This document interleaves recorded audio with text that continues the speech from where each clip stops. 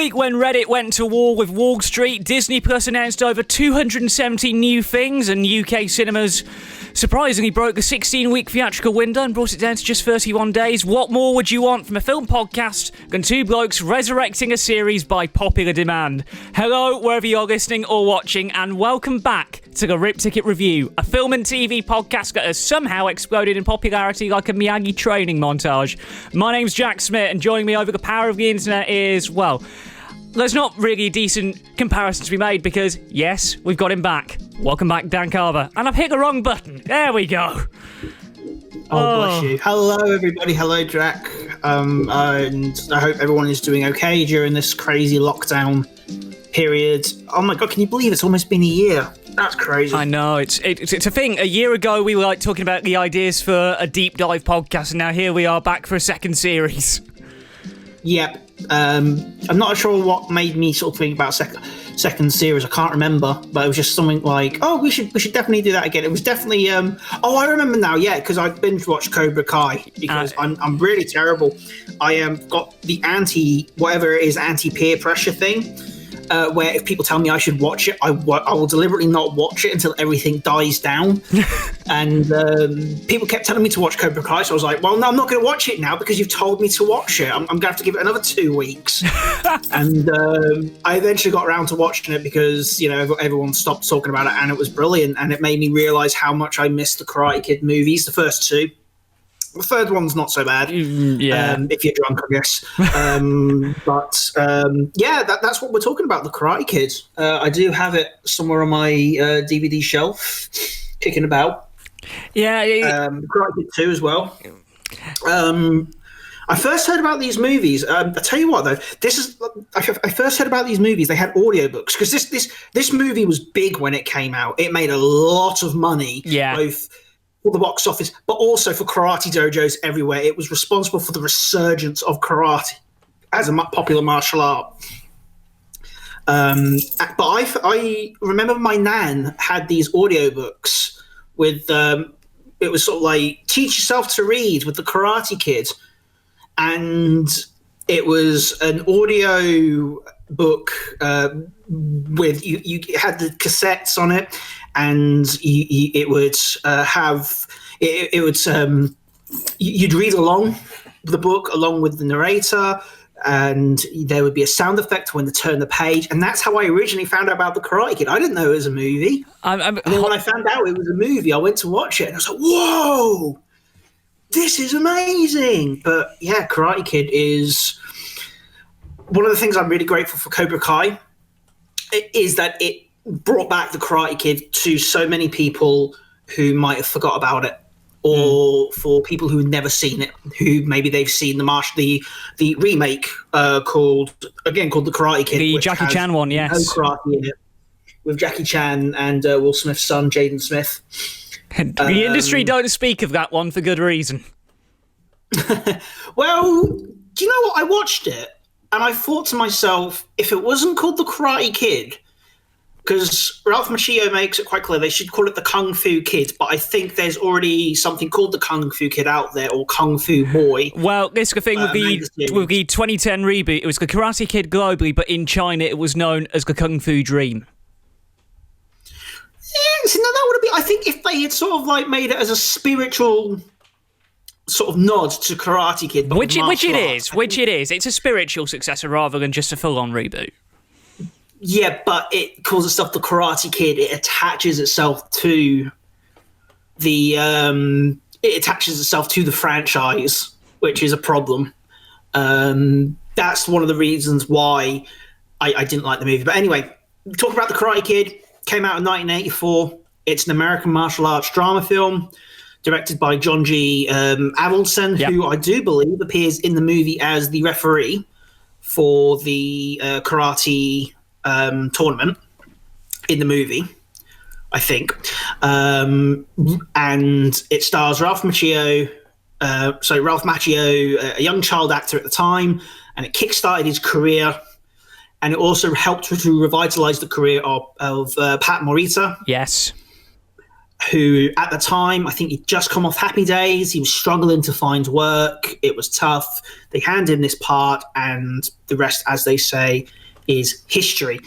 The approach to this was to compose a film that was similar to the success of Rocky.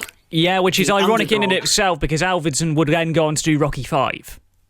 Yeah, but the idea of the underdog who trains themselves, rises to the top, and beats, the antagonist. In this case, the antagonist, of course, is Johnny Lawrence, who is played by Will Zabka.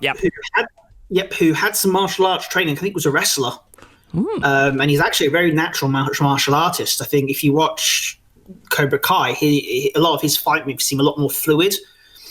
And I think a lot of that has to do with his sort of wrestling training. But it also has, as well, Elizabeth Shue as Ali with an I, Martin Cove as John Crease, who I could not believe he's like in his 80s. No, he's in his 70s, isn't he? He's like 74, 75 years old. Let me have a look. I've got Martin Cove. He looks so young. Between 74 and 75. He doesn't look it. He certainly doesn't look it. When somebody told me he was like in his 70s, I was like, shut your anus. No, it's not. That's not true. And I looked and I was like, my God, so he is. And he looks so, I don't know what his routine is, but yeah. Well played. Yeah. The story of the Karate Kid is quite simple. Ralph Macchio plays Daniel LaRusso. His father is dead, has died of the horrible off-screen death, whatever it is. I don't think we get told, actually. No, we don't. What his father dies of. But yeah, his mother, Lucille, moves to from New Jersey to Los Angeles, California. And they are there to start a new life. They meet the kind and humble Okinawan immigrant named Mr. Miyagi, who is the apartment's handyman. Daniel goes to a beach party and he befriends Ali with an I, Ali Mills. The love interest. Yep, the love interest. You ought to have a love interest in these movies. Unfortunately, this draws the attention of the arrogant ex-boyfriend Johnny Lawrence, biker, rebel, karate black belt, who decides to sort of do his thing. He's like, don't come near my girl, even though they're exes. And Johnny is a part of a gang called the Cobra Kai gang. Cobra Kai never dies. Cobra Kai never dies, and they beat the ever-loving snot out of Daniel. Daniel gets a good sucker punch in, but they beat the ever-loving snot out of him, ruins the beach party that they're at. Daniel gets his own back. He sprays water on Johnny with a hose during a Halloween party, but the gang pursue Daniel down the street, brutally beat him up until Mr. Miyagi, the humble handyman, comes to the rescue, single-handedly defeats the Cobra Kai gang with his karate skills, and then essentially the bond is formed between Daniel and Mr. Miyagi.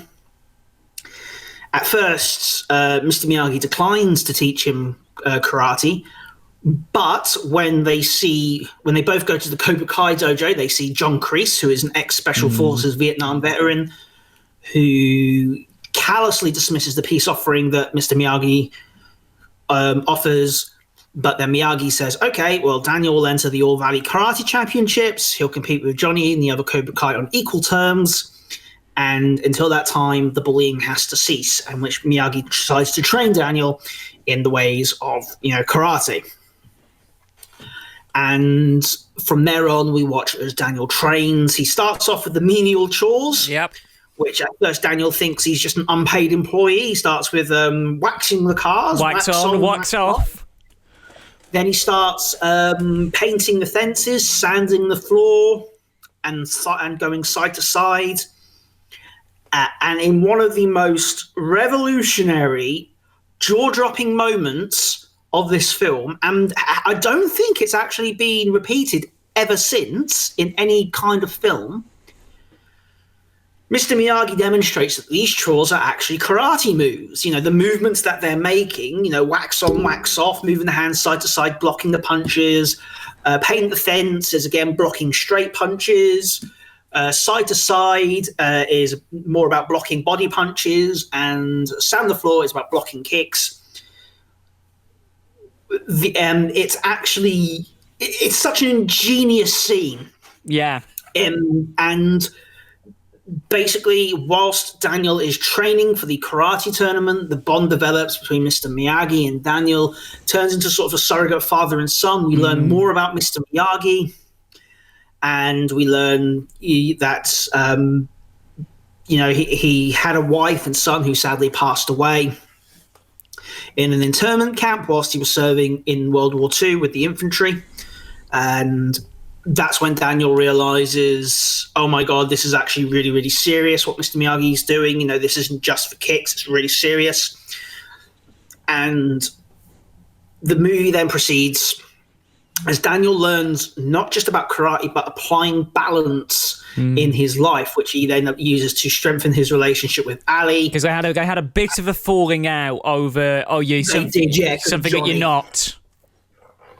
Yeah, because of course Johnny tricks Daniel into thinking that they're him and Ali are an item again, which they're not.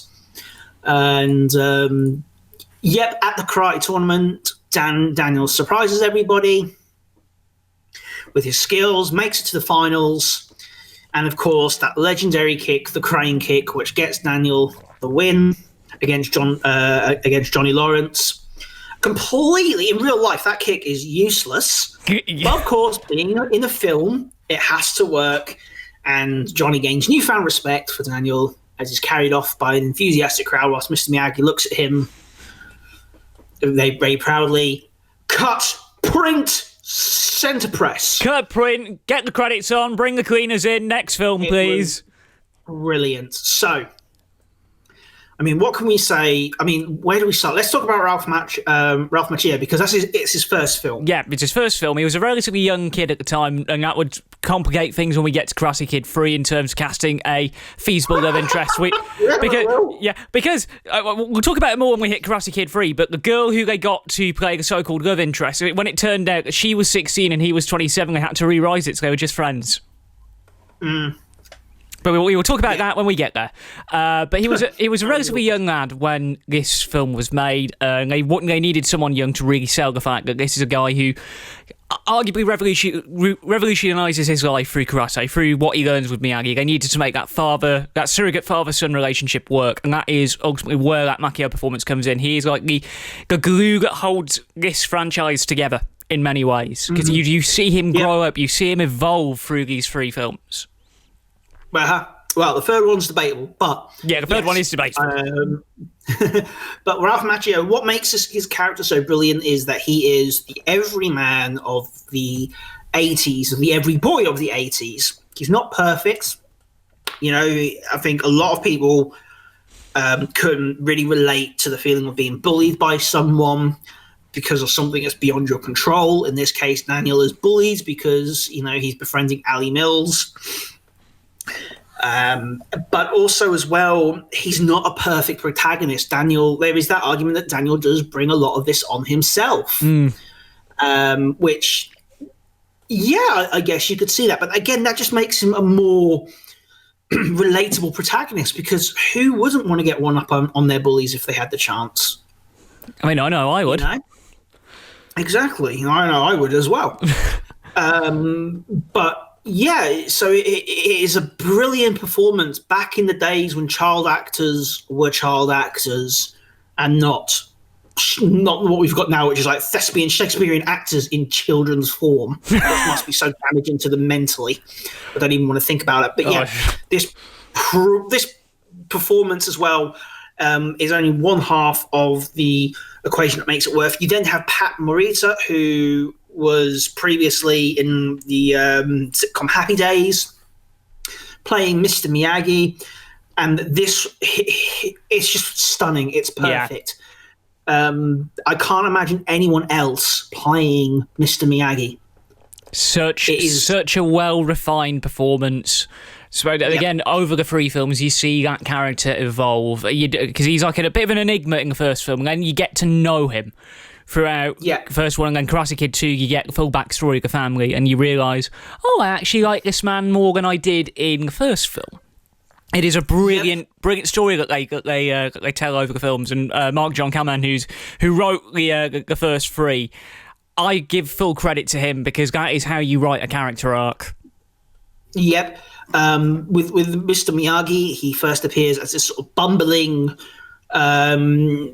the kind of stereotypical bumbling Japanese man who has great comedic timing, which comes down to Pat Morita and his sort of stand-up. Yeah, his experience on Happy Days really helped him in that regard. Yeah, but once he begins and then sort of unleashes his karate, you see him in this sort of new light as this sort of wise teacher who still has time for a few quick one-liners and quick quips. But yeah, you can definitely tell that these 2 actors, Ralph Macchio and Pat Morita, both respected each other, enjoyed each other's company, because the performance they get, it's just unreal. Without that performance, this movie would not have worked. Yeah. Now, the Karate Kid itself, why? A lot of people say, well, why? How can we?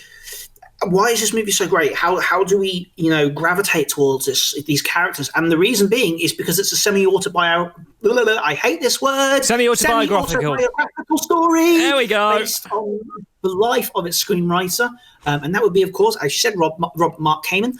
At age 17, he was beaten up by a gang of bullies, and he learned to study martial arts to defend himself. And his first teacher taught martial arts as a tool for violence and revenge. Which, again, that's the character of John Crease. Yeah. John Crease, whose character is fully fleshed out in Cobra Kai, but here he is a karate master who is the sensei of Cobra Kai. Strike first, strike hard, no, strike first, strike fast, no mercy. Yep. Is the motto of Cobra Kai. And Crease is essentially training these boys to be soldiers. He teaches them that the enemy deserves no mercy, and that if you give mercy, you are weak. He brutalizes these students in body, mind, and spirit in an attempt to build them back up as soldiers. Martin Cove is brilliant. That scene where he just goes, but I like that, with his finger pointed up and his eyes elongate. It's just like quintessential 80s bad guy. Only Martin Cove could do that. Yeah, it's a role designed where you really want to hate the guy. Regardless of your views, you are designed to hate this man. Definitely.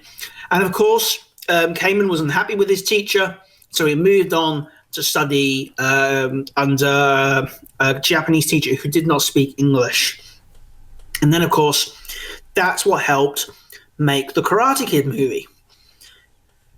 I mean, I've got so much good things to say about this movie. It really holds up well. Yeah, it does. It was because they reissued it a few years back. They did the 40th anniversary reissue, and it was also on that. Back when cinemas were allowed to open in July, it was on the big list of films that the cinemas could pick from, and I think the local View did get a couple of shows of it. So if I'd have known we'd be doing a second series, I would have probably watched it during the restart. I'll make a point of mentioning it to them when we can get back open. Yeah, but this movie was big. It spawned a franchise of related items and memorabilia. Action figures, headbands, posters, T-shirts.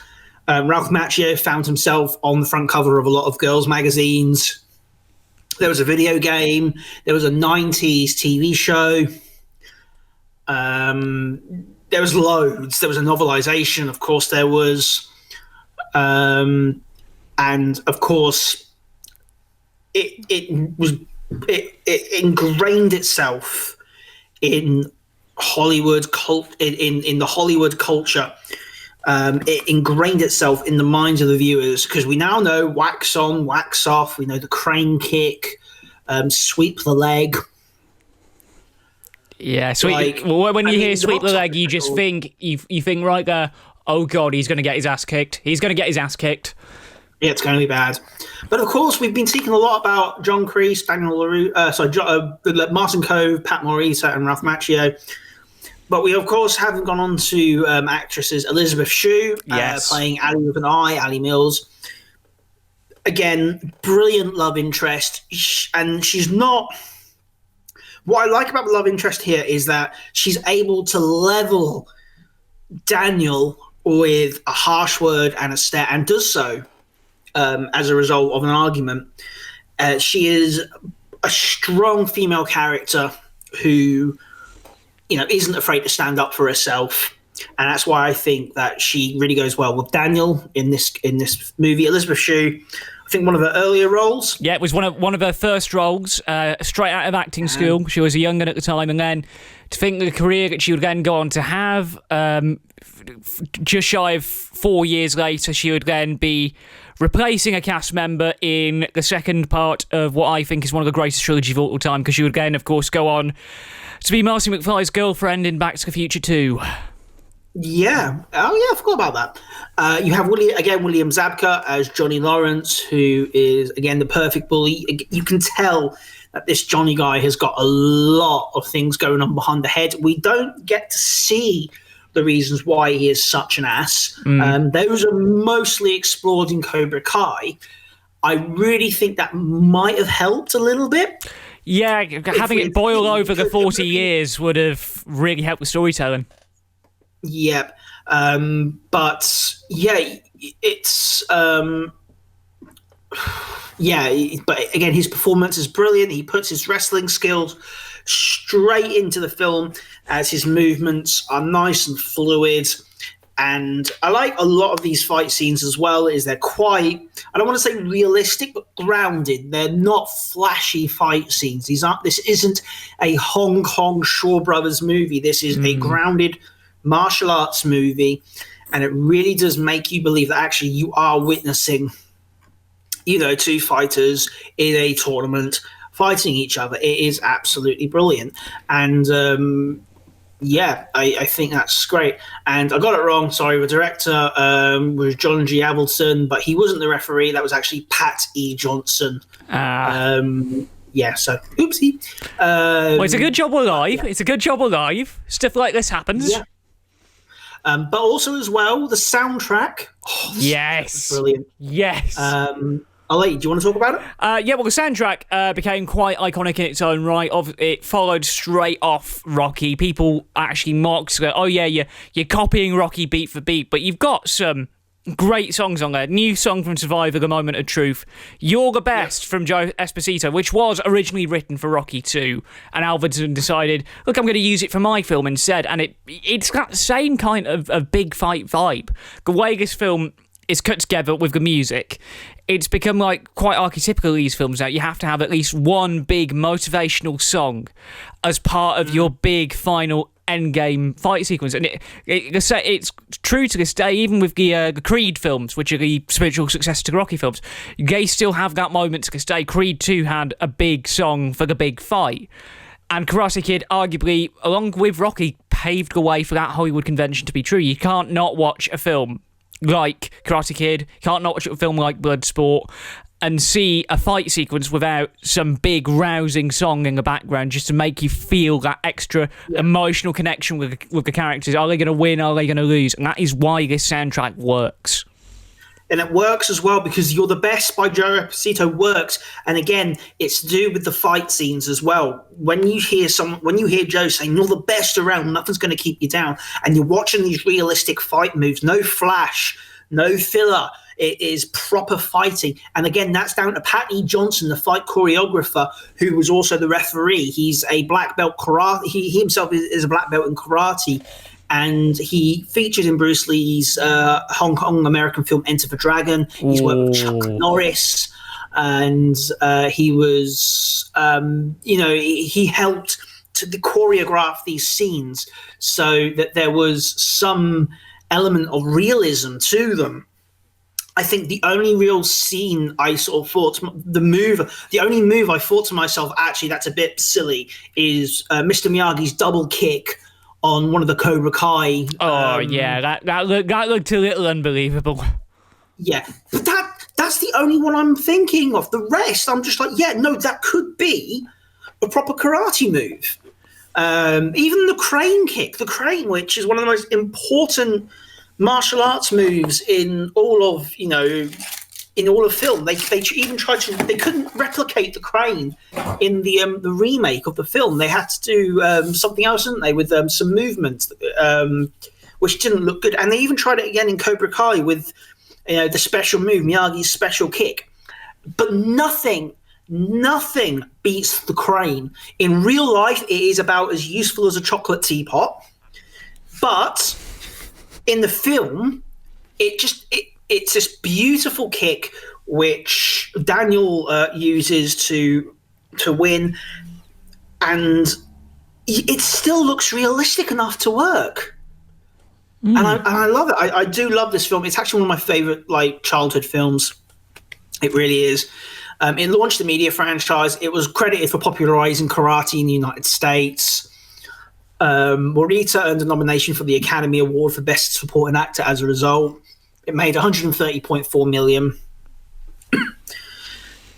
It only seems natural that there has to be a sequel. Yeah. With that kind of money. And also basically saving Columbia from bankruptcy, because they're having some serious financial struggles around that point. Luckily, they had so many big franchises come out and save their backside from bankruptcy. But Karate Kid 2 came out in 86, so yes. The Hollywood landscape had changed a little bit by then, because more and more blockbusters were coming out, so it was competing with more major Hollywood movies, and obviously Karate Kid kicking off the whole Kung Fu revolution within Hollywood.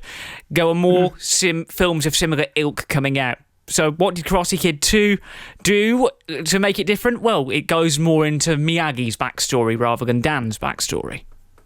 Yeah, this is a very much Mr. Miyagi's movie. Everything revolves around him.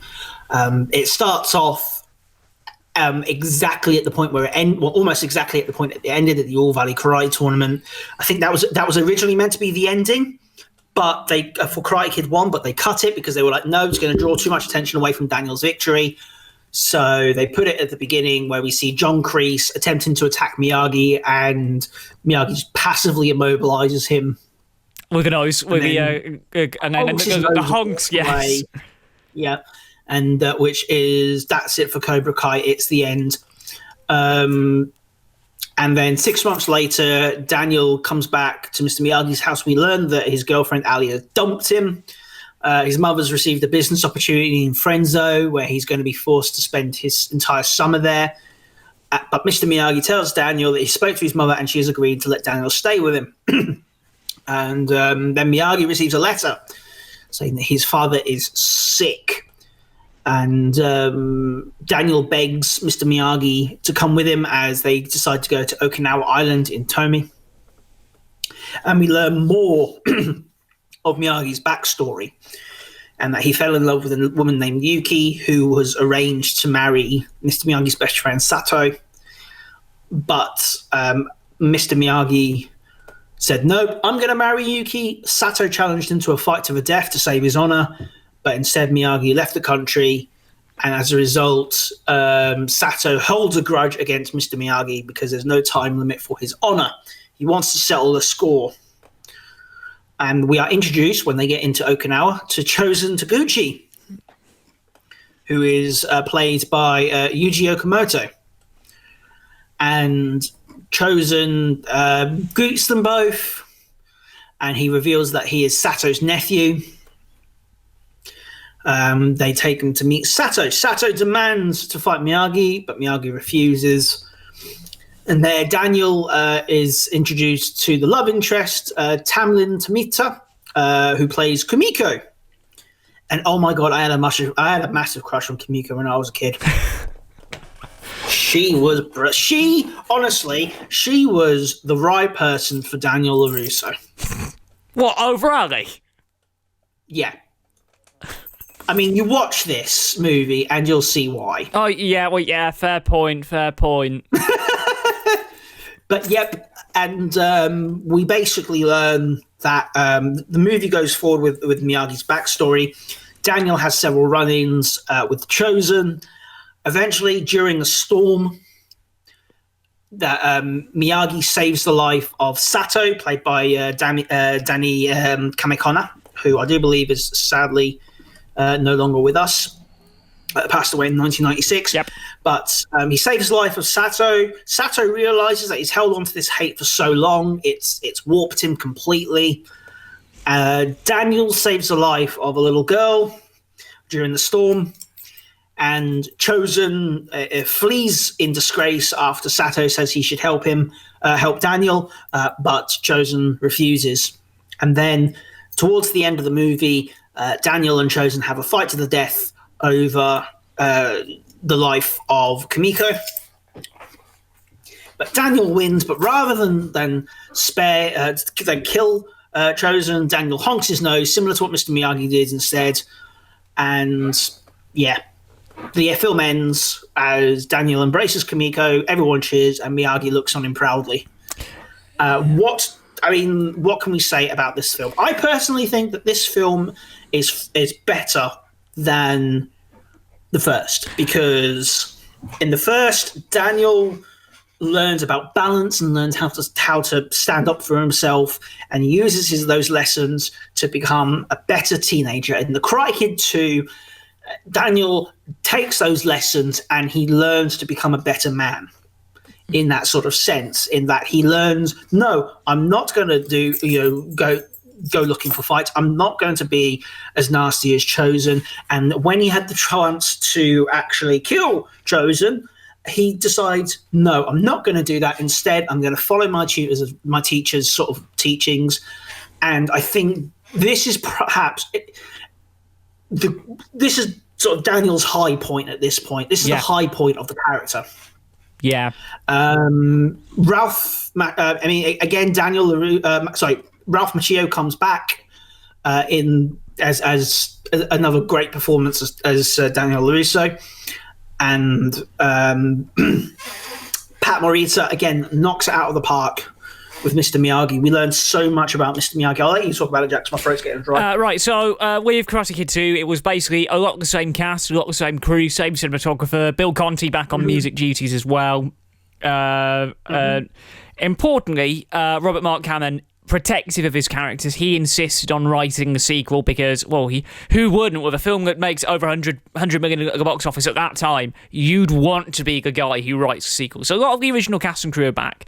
Few notable absences. Obviously, this is ultimately Miyagi and Dan's story, so we don't get to see much of Johnny. We don't get to see much of Crease outside that opening 5 minutes of the film. But one of the things I loved about Karate Kid 2 is they really made it a bit ahead of its time of sorts, in that you open with a full recap of what happened in Karate Kid 1. And back then, multiplex cinemas were becoming a norm. People wouldn't have had the possibility to see Karate Kid 1 back in the day. So opening a film with that little recap gives you a clean starting point. So let's say if the Netflix generation were a little bit bored, they could just simply skip the first 5 minutes, see that final shot of Miyagi, and then from there you have your original stuff. That was one of the things that I loved about the trilogy films, is that they do not underestimate the power of the repeat watch. You mentioned all the key things. Pat Morita, is in a league of his own with this film. They give him a lot more in terms of emotional stakes. That's everything. Everything that was great in the first film, they upped it. The emotional stakes, the tension, the violence, that final fight to the death. I'm surprised they could get away with that. I believe at PG back in 86. I'm just quickly checking through IMDb to see if there were any cuts made, because the first one did get cut for UK cinema audiences. 19 seconds were cut. Would have been a 15. Would have been a 15 uncut back then.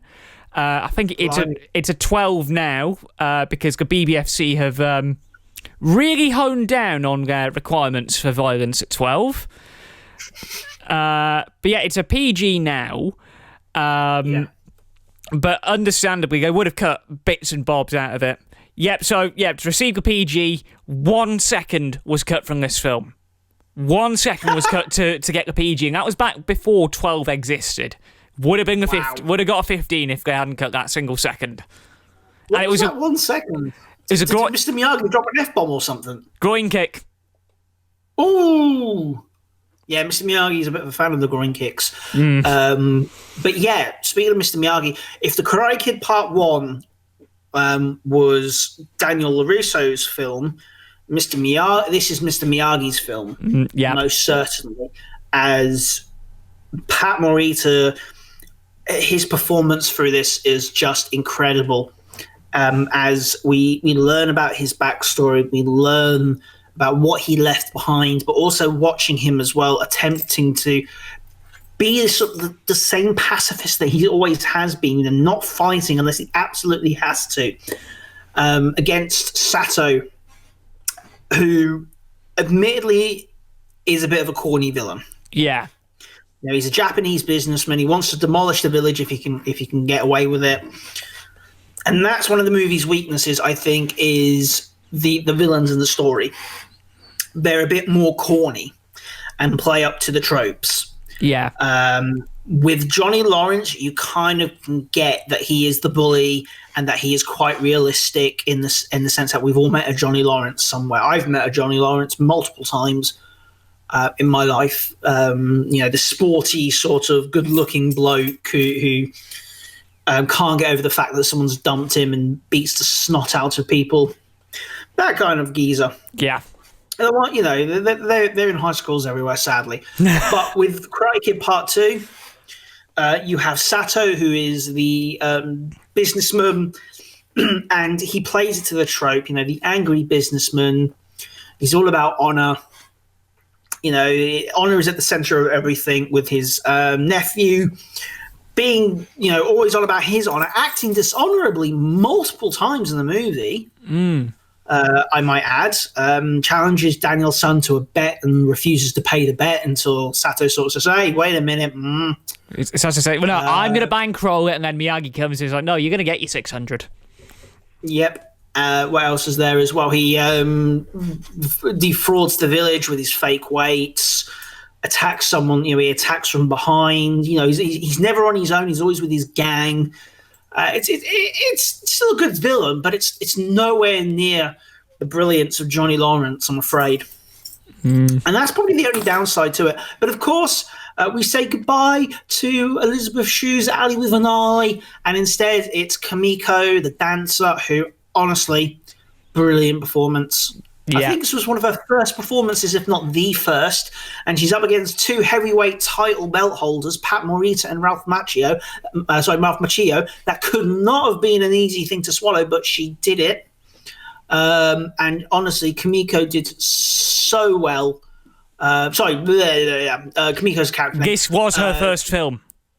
This is her very first film. So well in this. She was brilliant. I think what really makes this relationship different is with Daniel and Ali with an Eye, you kind of got the split that they were high school sweethearts. With Daniel and Kimiko, you get the feeling that actually they could go places with their relationship, and that actually had this movie, had the Karate Kid 3 not existed, it would have been a perfect ending. You could have just seen Pat Morita going, Mr. Miyagi going, Daniel, let's just stay in Okinawa, and then Dan going, okay, marries Kimiko, boom. And they even do that tea ceremony, don't they, with Kimiko. That's one of my favorite bits in the movie. I am a sucker for romance, and I am a sucker for these romantic scenes. I think a properly executed romantic scene in a movie elevates the characters.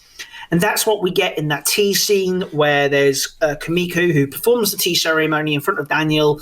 At first, Daniel tries his joke and is like, is this seat taken? And Kimiko sort of gives him that sort of look to say, hey, this is serious here, shut up.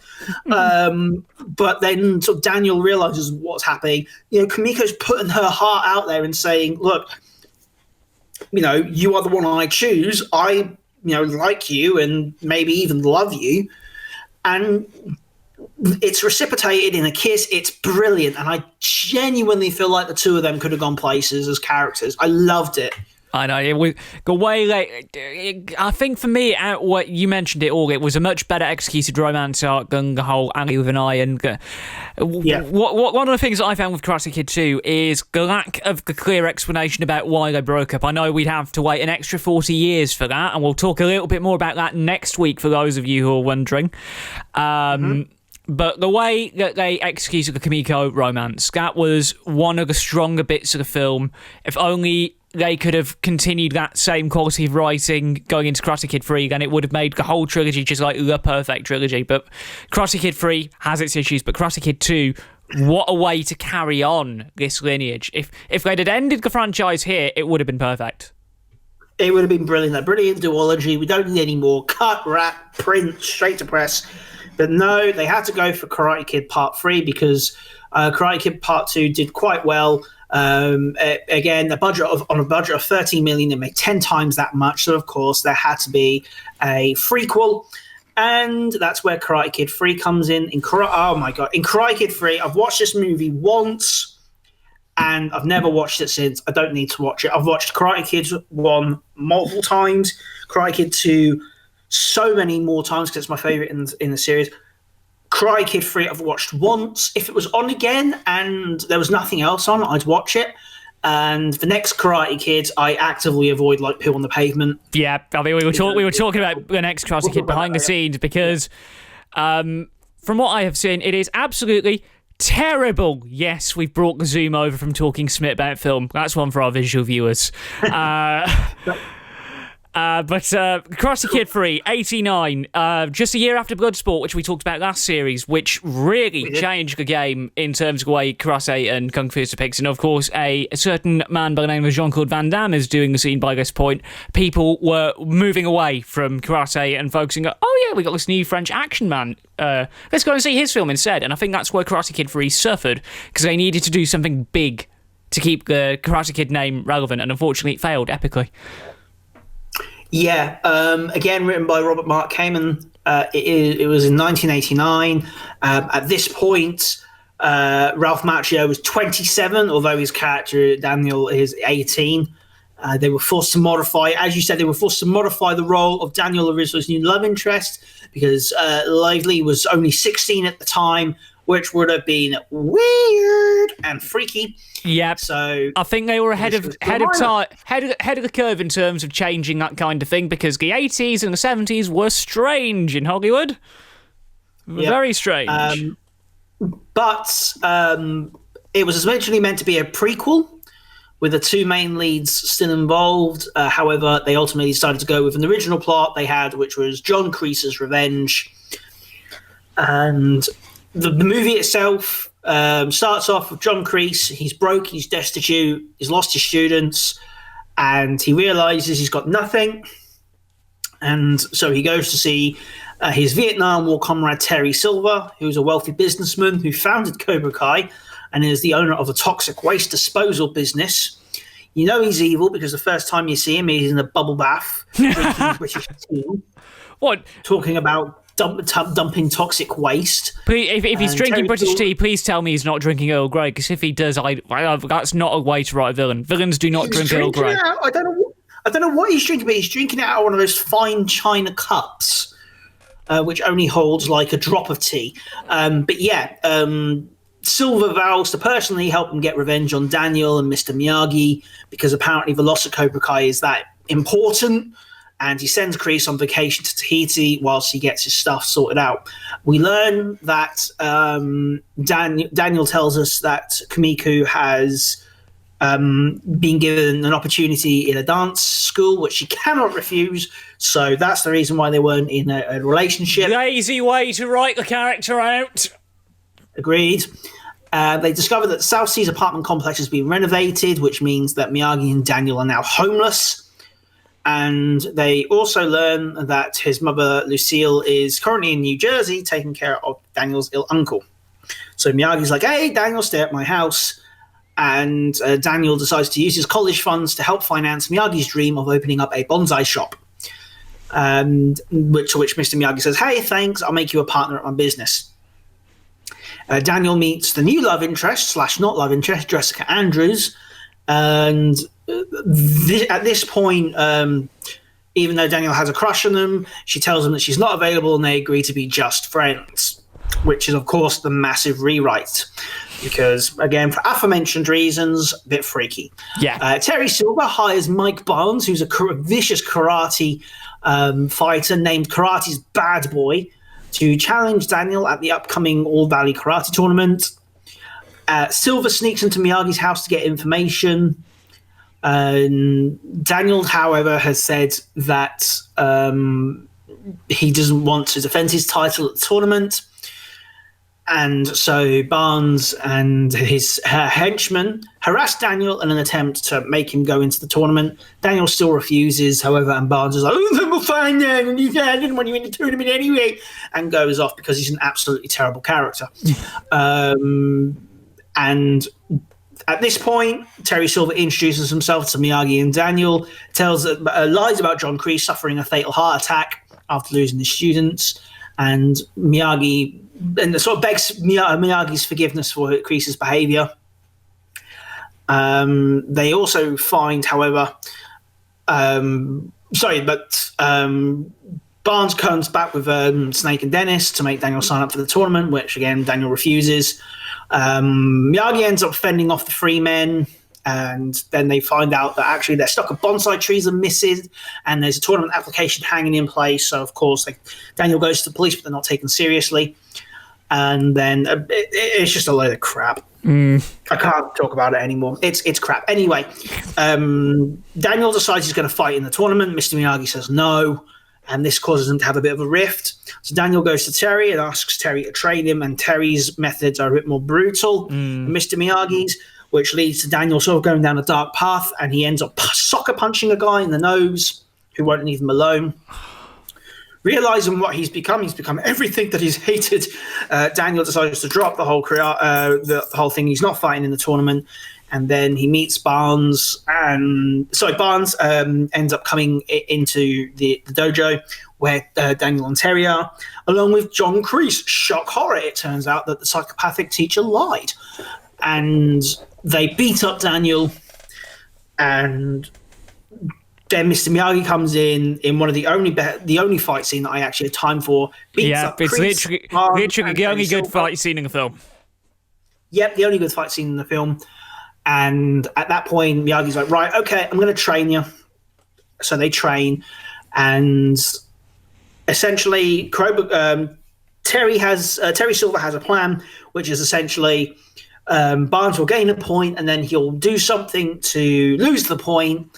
And he'll keep doing that until it's sudden death, and then he'll beat Daniel. He'll break his body, he'll break his spirit. And it begins to initially work. Daniel is absolutely terrified of Barnes. He doesn't want to continue, but Miyagi is like, no, you've got to continue because it's okay to lose. It's not okay to lose to fear. And Daniel manages to beat Barnes, Mike Barnes. He manages to beat him using the kata they were practicing, and all is well, all is well except for the people that had to watch this. All is well. We finish on the final shot of Miyagi looking proud, roll credits, and then you have the hordes of angry cinema goers coming out the screen saying, "That was terrible, I want my money back." 14% on Rotten Tomatoes. Okay, so why was this an absolute terrible movie? Well, the first thing is that Ralph Macchio is in his 20s and he's playing an 18-year-old kid. I don't know how much moisturizer they slathered onto his face to make him look that young. But there are scenes and stills where it betrays him, and you see that he's what 20. Ralph Macchio was 27 at this point. It was just unbelievable. Like he's still speaking in that high pitched Daniel LaRusso voice. Again, the romance was rehashed. It was Daniel and Ali, although they all over again, except of course they had to make it so that she's just a girl who is a friend, not a girlfriend. Yeah. Now, in some ways, I'm okay with this because it's nice to have a protagonist who meets a girl and goes, "Do you know what? I don't want to go forward with the whole girlfriend thing. I'd rather just be friends." That's absolutely fine. I'm okay with that. But she brings nothing new that Elizabeth Shue, Ali with an I, and Kimiko didn't bring to the table before. Yep. Daniel LaRusso in this movie is an absolute wuss. Mr. Miyagi was not afraid to fight when he needed to fight.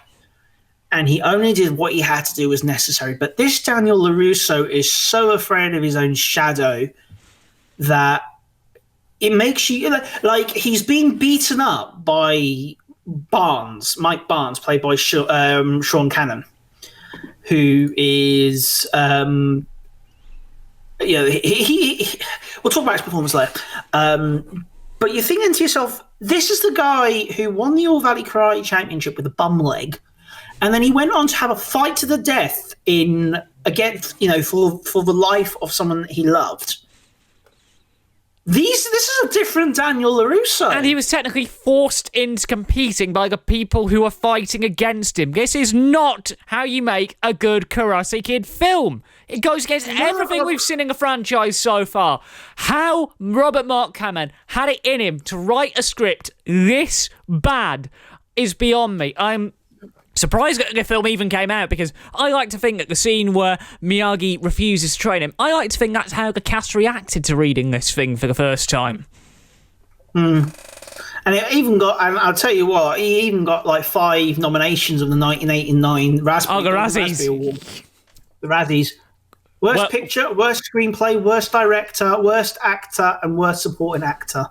But they lost 2 other ones. It is basically John G. Avildsen in 2015. The director, John G. Avildsen, said it was a poor imitation of the first one and a horrible movie. I don't blame him. I do not blame him. Even he hated it. It was crazy. Anyway, the relationship between Daniel and Mr. Miyagi is still there. Yep. As it's now become more father and son. We do see a couple of scenes where Daniel is rebelling against Mr. Miyagi, and Pat Morita tries his hardest. And yes, there are times when you do feel sorry for Mr. Miyagi. But the problem is with the antagonist. In the last movie, in Karate Kid Part 2, we mentioned... excuse me. We mentioned that the reason the protagonists had suffered was because they were tropes. They weren't fleshed out people like Johnny Lawrence. And for some reason, the Karate Kid Part 3 leans into the trope with Mike Barnes, who is the karate bad boy, who has no emotion, no nothing at all. He is just there to antagonize Daniel. We're again with John Crease, played by Martin Cove. Again, we find out very little about him, apart from the fact that he knows Terry Silver. And of course, Terry Silver, who we know is evil because he's in a big bubble bath in a big mansion, dumping toxic waste, drinking tea. It's just absolutely... There is nothing about these villains at all which makes them believable, which makes them... like, you don't care about them at all. There is a scene in this movie which sort of hints at something, where Terry Silver breaks into the Miyagi's house, comes across the Medal of Honor, and he looks at it, and there's a sort of mixture of awe and jealousy. Yeah. And I thought, well, that's really, really interesting. You know, is he jealous that Miyagi got awarded and that Terry Silver was forgotten about? You know, was Terry Silver forgotten about in the Vietnam War? We'll never know. Or could it be a case of one of the other rewrites they had to do, because Martin Cove was busy making another movie at the same time that the shoot for Karate Kid 3 was going on, so that was where the whole Terry Silver character came from. It would have been Crease for the whole film had he not been shooting Hard Time on Planet Earth. Oh dear. Well, as a result, we don't even get to see the reasons why Terry Crease is fascinated and yet jealous of the Medal of Honor. The film goes, wait, no, that's too good. We have to go back to cheese. And of course, again, we go back to the All Valley Karate Championship, where somehow Daniel is able to skip to the top. As reigning champion, he goes straight to the final. Even though Johnny Lawrence didn't. And he had to fight his way up to the top as everyone else did. And of course, there's that whole scene where Mike Barnes is deliberately brutalizing Daniel and then screaming at him and shouting at him on the mat. And everyone's like, ref, where are you, ref? Where's the red card, referee? The whole thing is basically the Karate Kid's one, but worse. It's like a movie trying to be the Karate Kid. I say Karate Kid free bribes and corruption. Yeah. And it's terrible. Yeah. The fact that it was up for 5 golden raspberries tells you everything, really, and you do not want to get nominated for a golden razzie because they are the worst of the worst. That's when you've hit a new low. And it would have been that, and that would have been it until 1994, when they released the next Karate Kid, which was a martial arts drama film with Pat Morita and Hilary Swank. And it was the first movie not to feature Ralph Macchio in the lead role as Daniel LaRusso. Not written by Robert Mark Cannon either. New director, new writer. New writer. It was unnecessary. Nobody needed to know what happened to Mr. Miyagi, and nobody needed to know about a new Karate Kid. It was unnecessary. And yeah, you don't need to watch this film at all. Which is why I haven't. It's bad. It has Hilary Swank in it, who plays Judy Pierce, and it has Mr. Miyagi in. Mr. Miyagi's traveling to Boston, Massachusetts to attend a Japanese-American soldier's commendation, because, of course, he fought in the 442nd Regiment, a combat team during World War II. He meets Louisa Pierce, who is the widow of his commanding officer and Lieutenant Jack. And they, at that point, Mr. Miyagi meets Pierce's granddaughter, Julie, a high school teen who's struggling with her anger issues due to her parents' death in a car accident. One day, Mr. Miyagi witnesses Julie do a jump onto a car that was about to run her over, and it was a perfect tiger. And I think Mr. Miyagi calls it like a tiger crouch or something like that. Mm. And Mr. Miyagi's like, "How do you know this?" And Julie's like, "Oh, my dad taught me some karate moves before it happened." Julie ends up confiding in Mr. Miyagi, who approves of Julie's talent.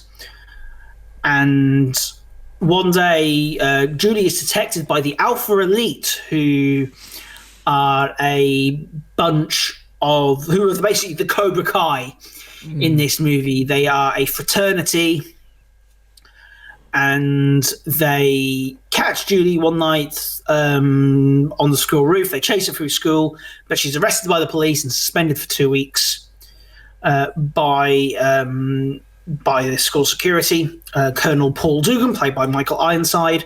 During those 2 weeks, Miyagi takes her to a Buddhist temple, a Buddhist monastery, to learn the true ways of karate and how to handle anger issues. She learns direct lessons about balance, coordination, awareness, respect for all life. She befriends the monks, and essentially she goes to a prom, but the Alpha Elite bump into her and try to start a fight. Stuff happens. Julie defeats the Alpha Elite. Mr. Miyagi defeats the head guy. Nobody cares. Movie ends, and we're all left wondering, why was this movie made? Just reading the plot on Wikipedia and the research for this podcast, I was like, I'm glad I decided not to watch this movie in the end because it didn't review well. It sounds like absolute pants. Feels like they were making it just for the sake of keeping the Karate Kid name and copyright alive, even though they had to borrow the name from DC under license. It was a film that was quite rightly panned. 7% based on 27 reviews on Rotten Tomatoes. Average rating 3.74 out of 10. Tells you everything you need to know. Although Cinema Score, it got a B+, which I don't know how that we're going to get. Everything gets a B+ on Cinema Score these days. Yeah. I can see what they were trying to do. They were trying to start a new chapter of the Karate Kid. The problem is, again, it's just a pale imitation of the first movie. You have Julie, who is obviously the karate kid who needs karate to balance her life, the wise teacher, Mr. Miyagi, the Alpha, whatever they're called, the Alpha Elite, who are the Cobra Kai. It's just there's no need for this movie. The fact that it didn't even turn a profit. $12 million budget, overall $15.8 million made at the box office. So yeah, broke even. Didn't break even. Didn't break even at all. And also the fact at that point, it was a case of you have to double your budget to account for marketing. So yeah, it was quite a way off breaking even. Fair play. Because at that point, the marketing was more of a big factor. Yep. It was Hilary Swank's debut film. Probably could have picked a better film. Yep. It was, yeah. It was basically a coming-of-age sequel that didn't need to work, and it would take Million Dollar Baby before Hilary Swank was paid attention to, and everyone was like, ooh. But yeah, this wasn't needed. And then we had the 2010 Karate Kid, which we've already discussed briefly, which was essentially a remake of the first film, but with Kung Fu instead of karate. But, you know, when you look at the Karate Kid as a whole, you know, it's a decent set of movies. Good, great, bleh, not needed. And for quite some time, these films lingered somewhat. There was talks maybe of a sequel or a revival, but, you know, Ralph Macchio had moved on to other things, and, you know, then the sad day came when the world had to say goodbye to Pat Morita, yes. To Pat Morita. And it seemed that at that point, everything to do with Karate Kid was over until YouTube announced a drama comedy series about the revival of Cobra Kai with Johnny Lawrence, starring the original actors, and it was going to be about Daniel LaRusso once again realizing he has to step into the reins to take down Cobra Kai as Johnny Lawrence attempts to, you know, bring it back. And I thought to myself, oh dear God, this is going to be a failure. Why would you do this to me? Just leave the Karate Kid alone. And it was released on YouTube Red, and I'm so glad that I was wrong. Yep, and of course, we are now at 4 o'clock, so we have done the hour now. I'm surprised we made it an hour on our first show back. It's like we've never lost that talent. That is where we're going to leave it, because next week, this Karate Kid saga is too big for one show. Next Monday, live from 3 o'clock, we're going to go into the world of Cobra Kai, break down all 3 seasons, and potentially what could happen in Series 4 now that Netflix have confirmed it. But Karate Kid is a brilliant franchise. Shame that the last 2 films had to really get it down. Yeah, and I'll tell you what, I would actually pay serious money to get those audiobooks of the Karate Kid again on the cassette tape. That'd be a good Audible exclusive as well. I know.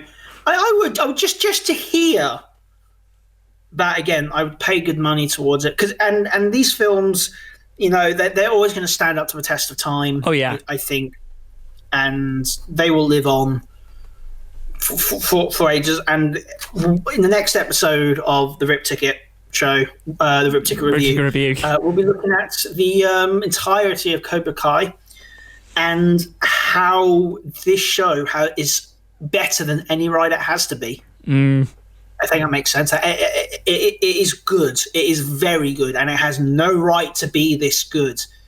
But we're going to tell you why, and we are going to tell you exactly what makes it such a brilliant show. Yes. And I'm looking forward to it.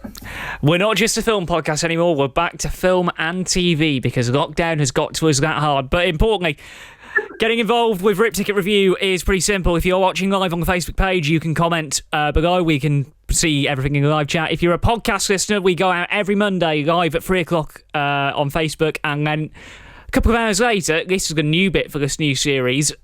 We've graduated a little bit. The visual for this podcast will be going out on the TheJackSmit YouTube channel a couple of hours after broadcast, because last series was received so well by you guys. The Bloodsport episode in particular. The world loved that one. It's done 2.7 thousand views. Yes! People loved the Van Damme episodes. We thought we'd open on Karate Kid, keep the theme going. But of course, ultimately, maybe we should do some more of these Van Damme. I know. things. I mean, I think Kickboxer should be a good Rip Ticket review episode. Keep on the theme going. Man, we'll do that. At one point, we got to watch out that we don't end up going into a martial arts frenzy. But I think one martial arts episode a season would be great for us. But importantly, things that you guys reckon would be good Rip Ticket review episodes, let us know in the YouTube comments or by email, podcast@TheJackSmit.com. We're open to suggestions because we've got a few topics we want to cover, but importantly, we want to keep this podcast going for as long as possible because it gives us something to do. But that is it for this week's Rip Ticket review. It's been good to get back on the air at long last. First live podcast I've done this year, actually. Last time I was doing a podcast, it was New Year's Eve. I was literally on air at midnight. But Rip Ticket review is back. We'll be back every Monday from 3 o'clock in our brand new time slot. Good way to start the week. And on top of that, small little plug for the blog, there is a podcast from TheJackSmit.com going out every single week until June. So you're either going to get Rip Ticket review or a retro Talking Smit Bet film every week until start of June. So I'm busy. I'm very busy right now. But like I say, the Rip Ticket review will return next Monday from 3 o'clock with a look at Cobra Kai. Until then, my name's been Jack Smit. And I've been Dan Carver. Until next Monday at 3 o'clock, we'll see you at the movies.